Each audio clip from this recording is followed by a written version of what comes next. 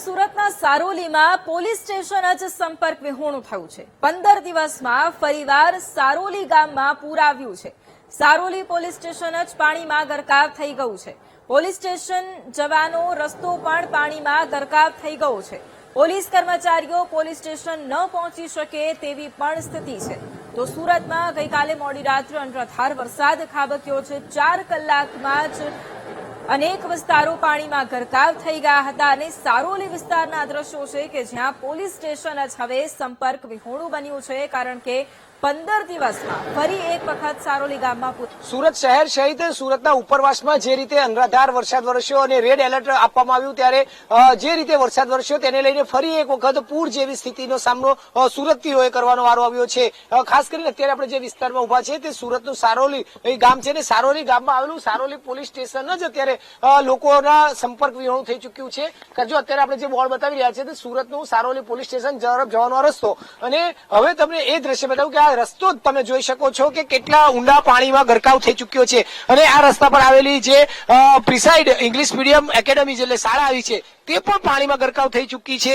અને આ જે મુખ્ય માર્ગ છે એ મુખ્ય માર્ગ પર તમે જોઈ શકો છો કે ઘૂંટણથી ઉપર એટલે કે કમર સુધીના પાણી છે, અને આ પાણીમાં હવે કોઈ પણ અવર જવર કરી શકે તેવી સ્થિતિ નથી। એટલે કે એવું કહેવાય કે જે લોકોની સુરક્ષા માટે જે પોલીસ રાખવામાં આવી છે, જે વ્યવસ્થા કરાઈ છે, એ પોતે જ અત્યારે લોકોથી સંપર્ક વિહોણી થઈ છે। નથી કર્મચારીઓ પોલીસ સ્ટેશન સુધી પહોંચી શકતા કે પોલીસ કર્મચારીઓ જે છે તે લોકોને વહારે આવી શકે તે પ્રકારે તેઓનું જે પોલીસ મથક છે તે ખુલ્લું રાખી શકે, કારણ કે આ મુખ્ય માર્ગ છે ને મુખ્ય માર્ગ પર જ અત્યારે જોઈ શકાય છે કે કમર સુધીના પાણી છે। અને આ રીતે જે પોલીસ જે છે તે જાતે પોલીસ જ ક્યાંક સંપર્ક વિહોણી થઈ હોય તેવું જોવા મળી રહ્યું છે। એટલું જ નહીં પરંતુ આ ગામના લોકો પણ જે છે તે ભારે હાલાકીનો સામનો કરી રહ્યા છે અને મુસીબતોનો સામનો છેલ્લા ઘણા સમયથી કરતા જોવા મળ્યા છે। ત્યારે આપણી સાથે સ્થાનિક લોકો જોડાયા છે, તેઓની સાથે વાત કરીશું। કાકા, તમે જણાવશો છેલ્લા કેટલા સમયથી આ પરિસ્થિતિમાં મુશ્કેલીનો સામનો કરો છો અને કેટલી મુશ્કેલી થતી હોય છે? છેલ્લા ઘણા વર્ષોથી આ પરિસ્થિતિ સર્જાય છે। જ્યારે પણ ખાડીનો પૂર ખાડીમાં ભરાઈ જાય છે ત્યારે સીધું પાણી આ ગામની અંદર ઘૂસે છે। આખું ગામ લોકોના કોન્ટેક્ટ વગર થઈ જાય છે। આજુબાજુના વિસ્તારમાં પૂરામાં પાણી ભરાઈ જાય છે। સામે મારી દુકાન છે અરિયન સ્ટોર, મારી દુકાનમાં આજ સુધી કોઈ પાણી આવ્યા નથી। છેલ્લા 2 વર્ષમાં દુકાનની અંદર ઘૂંટણની ઉપર સુધી પાણી આવે, જો કે મારી દુકાન રોડ લેવલથી 3.5-4 ફૂટ ઊંચી છે, તો પણ એની અંદર પાણી ભરાઈ જાય છે આટલા। 15 દિવસમાં બીજી વખત આવીને પૂર આવું કેટલું ગંભીર કહેવાય, અને તંત્ર સામે કેટલું કોઈ વાતચીત રજૂઆત કરી છે? પહેલા જયારે 7 તારીખે પાણી આવ્યા હતા, ટોટલી બાથરૂમ અને ટોયલેટમાંથી રિટર્ન પાણી આવ્યા હતા, અને એ પાણી અમારા આખા ઘરમાં પહેલા ભરાયા છે। પછી આ વરસાદનું પાણી અંદર ઘૂસ્યું છે। કઈક કોણ જાણે શું થયું છે, આ ગટર લાઈનની અંદર બધું પાણી બેક મારે છે। ખાડી કેમ કાયમી તમને પૂર આપી દે છે?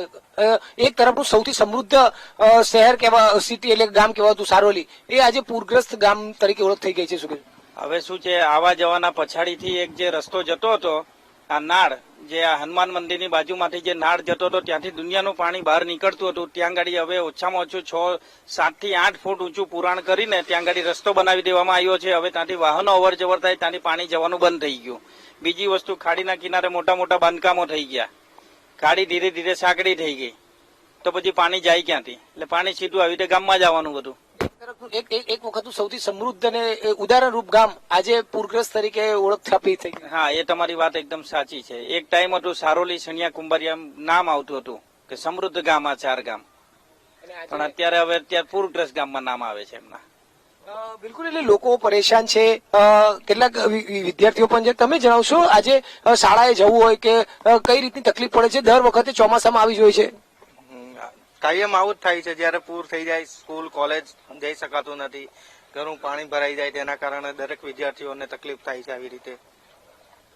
આ ગામવાસીઓ છે જે લોકો ખરેખર હેરાન પરેશાન થઈ રહ્યા છે, પોતાના જ ગામમાં આવેલા પોતાના જ પોલીસ સ્ટેશન સુધી પણ નથી જઈ શકતા એવી સ્થિતિ અત્યારે આ પૂરને લઈને સર્જાઈ છે। આ ખાડી પૂરનો દર વર્ષે આવે છે અને તેનું કાયમી નિરાકરણને લઈને સ્થાનિક તંત્ર પાસે માંગ કરાઈ છે, પરંતુ તેઓની કોઈ જ માંગ કે કોઈ રજૂઆતનું નિરાકરણ નથી લાવવામાં આવતું, અને તેના કારણે એક વખતનું સૌથી સમૃદ્ધ ગામ કહેવાતું આ સારોલી આજે પૂરગ્રસ્ત તરીકે પ્રસ્થાપિત થઈ ચૂક્યું છે। કેમેરામેન સરજુ પારેખ સાથે ધ્રુવ સંપુરા, વીટીવી ન્યૂઝ, સુરત।